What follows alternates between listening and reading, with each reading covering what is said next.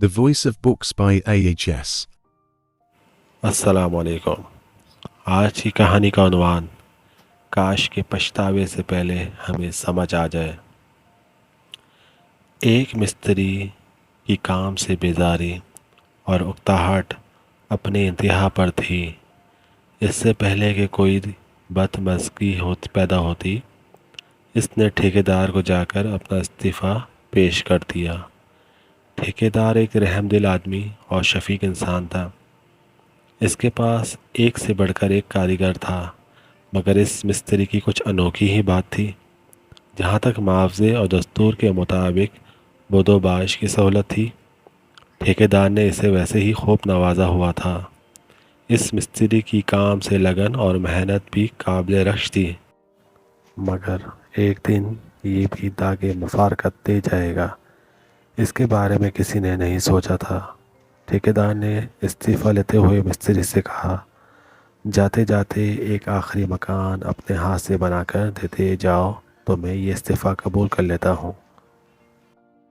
दिल नाख्वास्ता मिस्त्री को कहना मानना पड़ा। मकान की बेतुकी बनावट, उखड़े प्लस्तर, कटे पटे रंगो रोगन और दरवाजे खिड़कियों के शिकस्ता कील पुर्जों की एक एक जाविये से मिस्त्री की उकताहट दिखाई देती थी। साफ लगता था कि इसने ये काम फ़र्ज समझकर नहीं, जान छुड़ाने के लिए वबाल समझकर किया है। मकान क्या था कि गोया चंद बरसातों की मार, अब गिरा कि तब गिरा।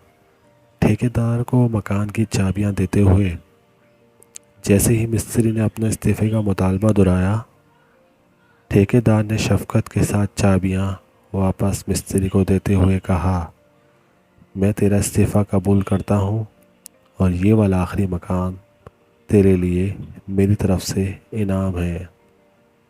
अब मिस्त्री दम बखुद, हालत ऐसी कि जैसे बदन में जान ही नहीं। या अल्लाह, ये क्या हो गया?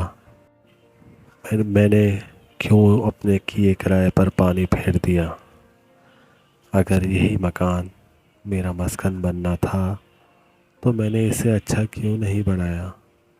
लोगों की ज़िंदगी में रंग भरता रहा और ख़ुद अपने लिए ये बदरंगी कर डाली। काश काश काश, मगर सिर्फ हसरतें